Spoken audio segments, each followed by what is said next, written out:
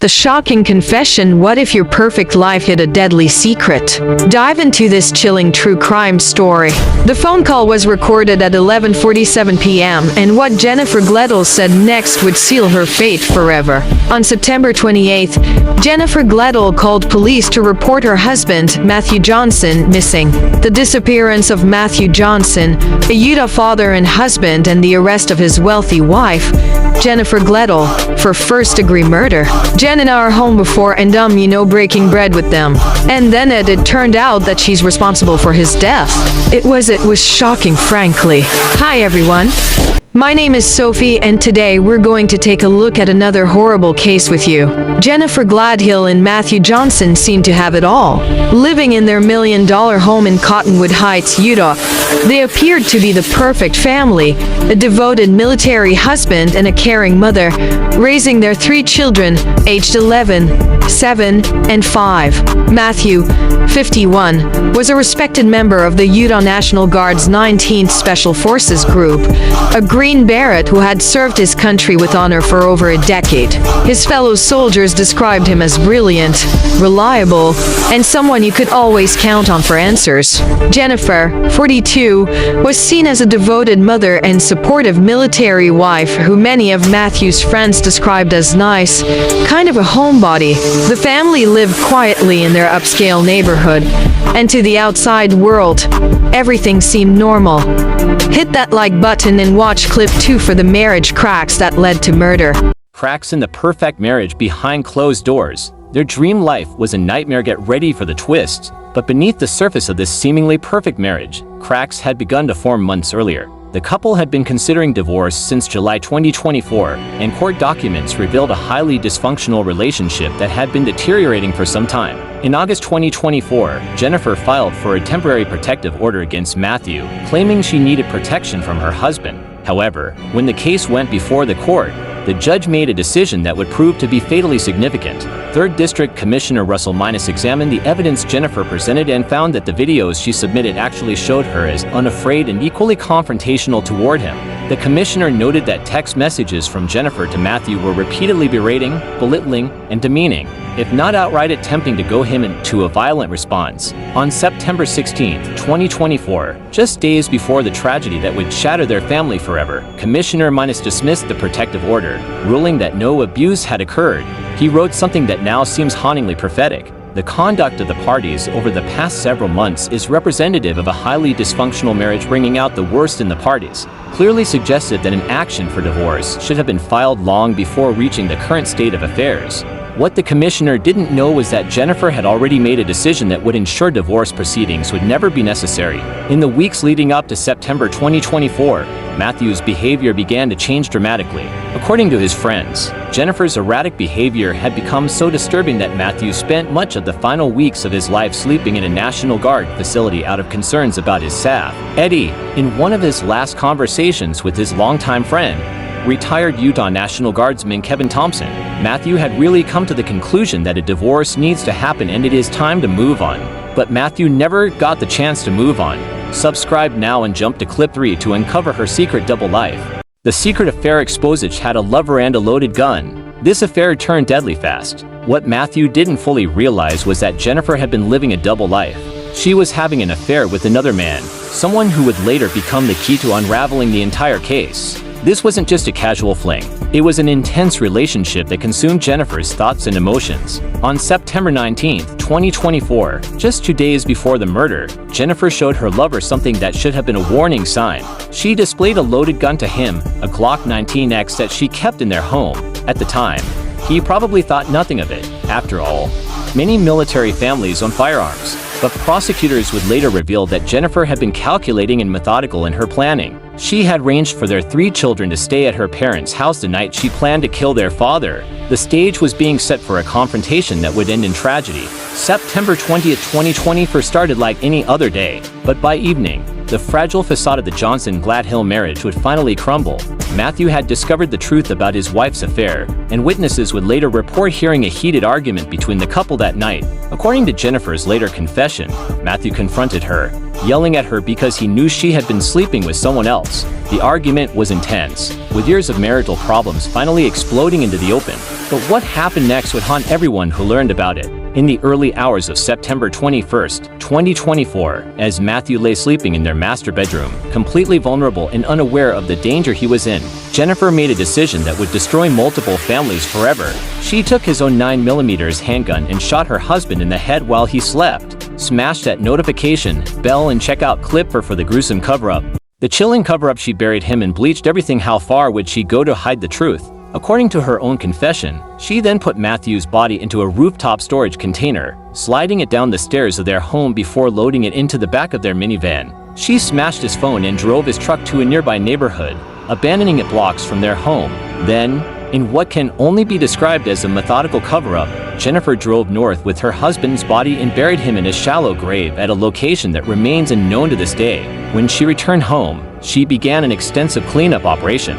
She bleached the walls, used carpet cleaning supplies throughout the master bedroom, and ordered a new mattress to replace the blood-soaked one where Matthew had been killed. The man noticed bruises on Jennifer's body during their conversation, and when he asked about them, she casually explained that she had gotten them while burying her husband and cleaning the house of evidence. Her lover was terrified by what he had heard. This woman, he thought he knew, had just confessed to cold-blooded murder with an almost casual demeanor. The truth was about to come out, and it was worse than anyone imagined. Jennifer's lover was so disturbed by her confession that he decided to record their next phone conversation. When he told Jennifer that he was frightened by what she had told him, her response was chilling and would become one of the most haunting pieces of evidence in the case. "Wow, if you think I could even hurt a fly," she said. "Like he's not a person. He wasn't a person anymore. He wasn't mad."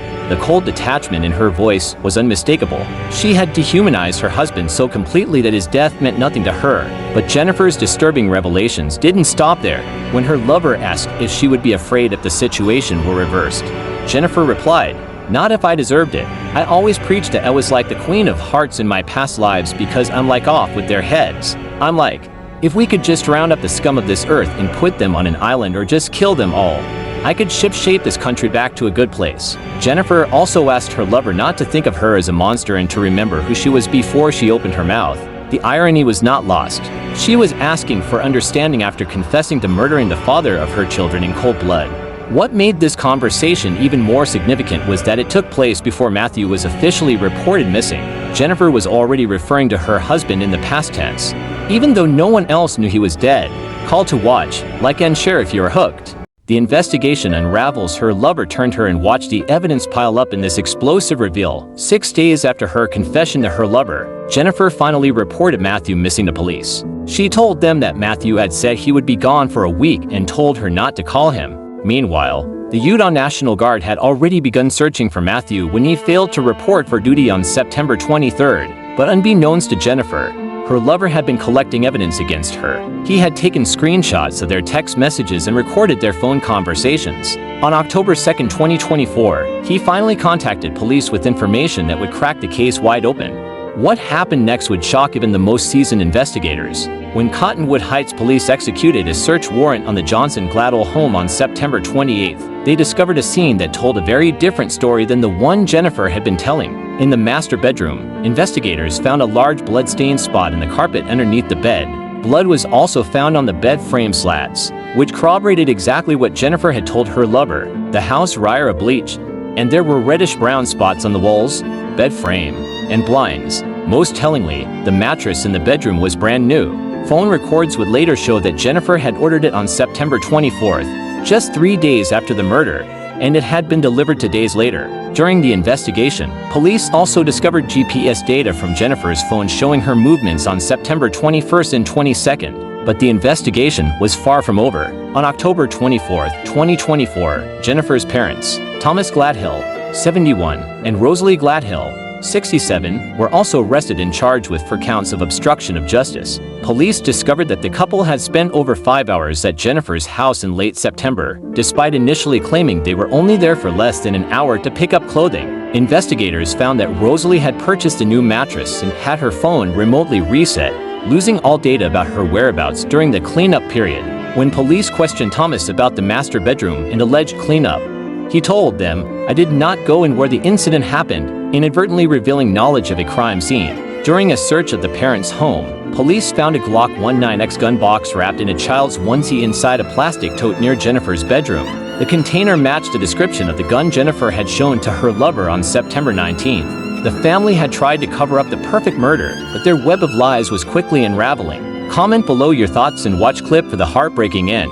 The search for Justice body still missing, trial incoming. Will justice prevail in this tragic tale? Months have passed since Jennifer's arrest, but Matthew Johnson's body remains missing. Extensive search efforts have covered multiple counties extending from Davis and Weber counties all the way to Boxelder County near the Utah-Idaho border. Over 70 searchers have participated in the ongoing efforts to find Matthew, including law enforcement, volunteers, and Matthew's own military friends who have organized their own search parties. As his friend Kevin Thompson said, the fact that the search is now in its 5th month keeps him up at night. John Hash, Matthew's fellow Green Beret who served with him for 12 years, has been frustrated by the ongoing search efforts. He said, "This discovery provided additional physical evidence linking Jennifer to the crime, but Matthew's body still hasn't been recovered." The search continues to expand across northern Utah as investigators follow every lead, hoping to finally bring Matthew home to his family. They were about to discover a secret Jennifer had hoped would never see the light of day. Jennifer Gledhill has pleaded not guilty to all charges against her. She faces 1 count of first-degree murder,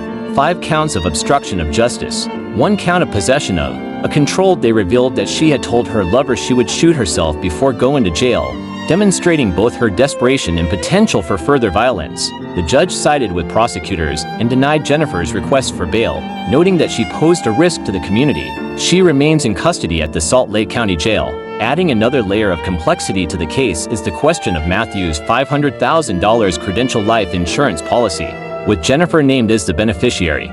With Jennifer facing murder charges and Matthew's body still missing, Credential has asked the court to determine who should receive the money. Jennifer's trial is scheduled to begin on December 8, 2025, and is expected to last 8 days. Perhaps the most heartbreaking aspect of this case is the 3 children who have lost both parents, one to murder and one to prison.